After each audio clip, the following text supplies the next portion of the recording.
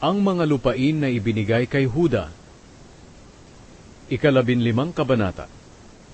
Ito ang mga lupaing natanggap ng lahi ni Huda, na hinati ayon sa bawat sambahayan.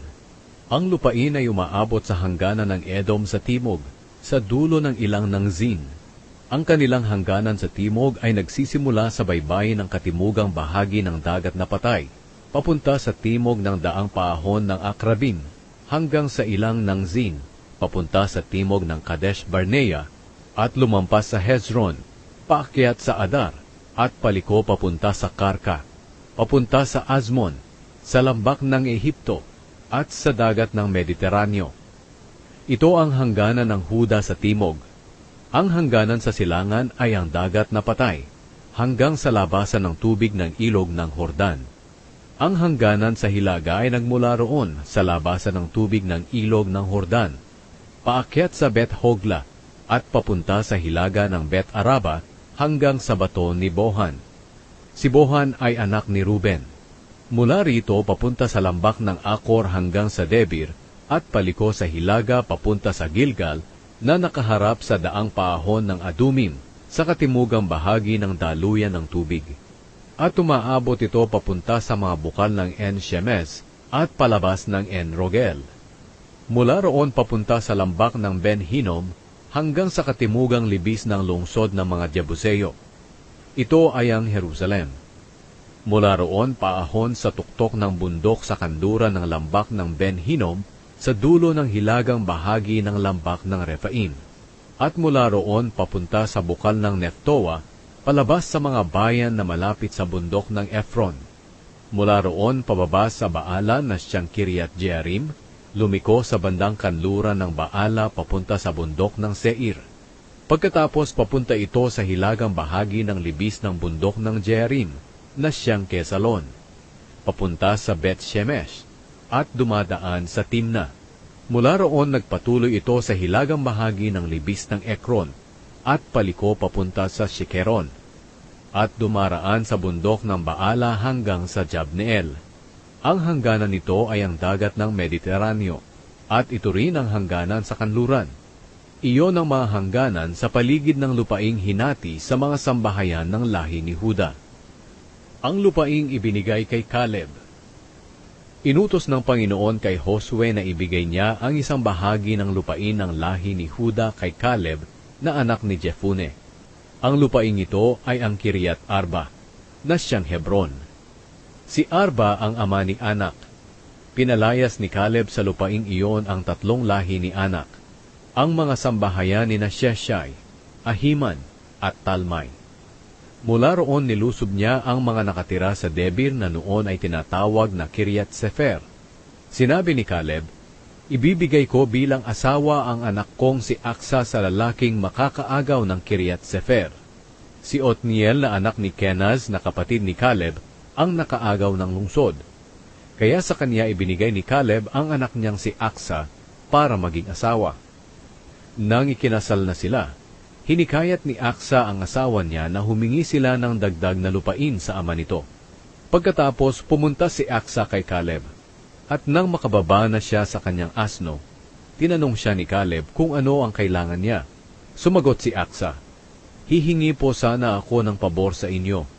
Gusto po sanang bigyan niyo ako ng lupaing may mga bukal, dahil ang lupaing ibinigay niyo sa akin sa Negev ay walang bukal.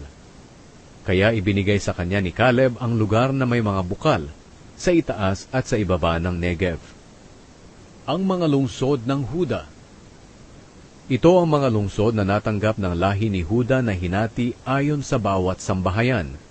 Ang mga bayan sa timog sa pinakadulo ng Negev, malapit sa hangganan ng Edom, Kabzeel, Eder, Jagur, Kina, Dimona, Adada, Kedesh, Azor, Itnan, Zif, Telem, Bealot, Hazor Hadata, Kiryot Hezron na siyang Hazor, Amam, Shema, Molada, Hazargada, Heshmon, Bet Pelet, Hazar Shual, Beersheba, Bizyotya, Baala, Iim, Ezem, El Tolad, Kesil, Horma, Ziklag, Madmana, Sansana, Lebaot, Shilhim, Ayin at Rimon, 29 na bayan lahat, kasama ang mga bayan at mga baryo sa paligid nito.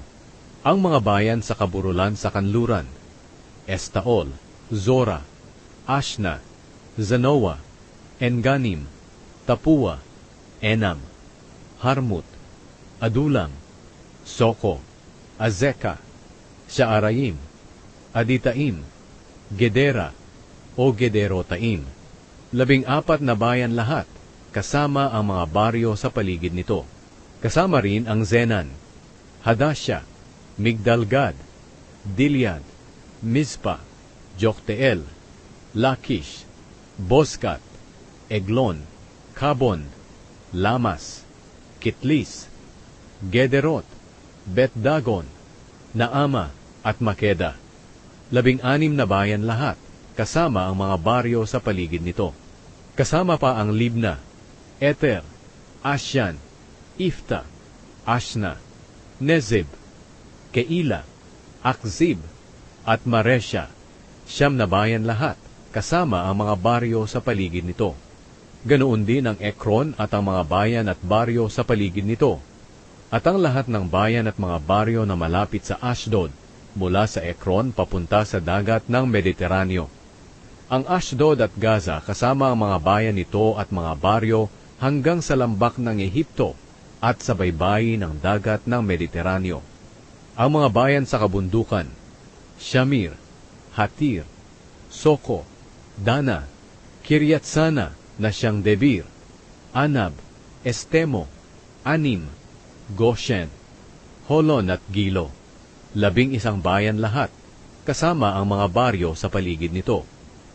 Ganoon din ang Arab, Duma, Esyan, Janim, Bet-Tapua, Afek, Humta, Kiryat-Aba na siyang Hebron, at Sior, 9 na bayan lahat kasama ang mga baryo sa paligid nito.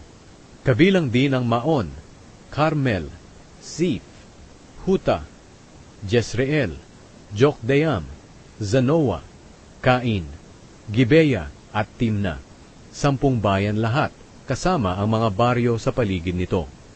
Ganoon din ang Halhul, Bet-Zur at Gedor, Maarat, Bet-Anot at Eltekon, 6 na bayan lahat kasama ang mga baryo sa paligid nito. Ang Kiryat Baal na siyang Kiryat Jearim at ang Raba, 2 bayan kasama ang mga baryo sa paligid nito. Ang mga bayan sa ilang, Bet-Araba, Midin, Sikaka, Nibshan, ang bayan ng Asin, at ang Engedi. 6 na bayan kasama ang mga baryo sa paligid nito. Pero hindi mapaalis ng lahi ng Huda ang mga Jebuseo na nakatira sa Jerusalem. Kaya hanggang ngayon, doon pa sila nakatira, kasama ng mga mamamayan ng Huda.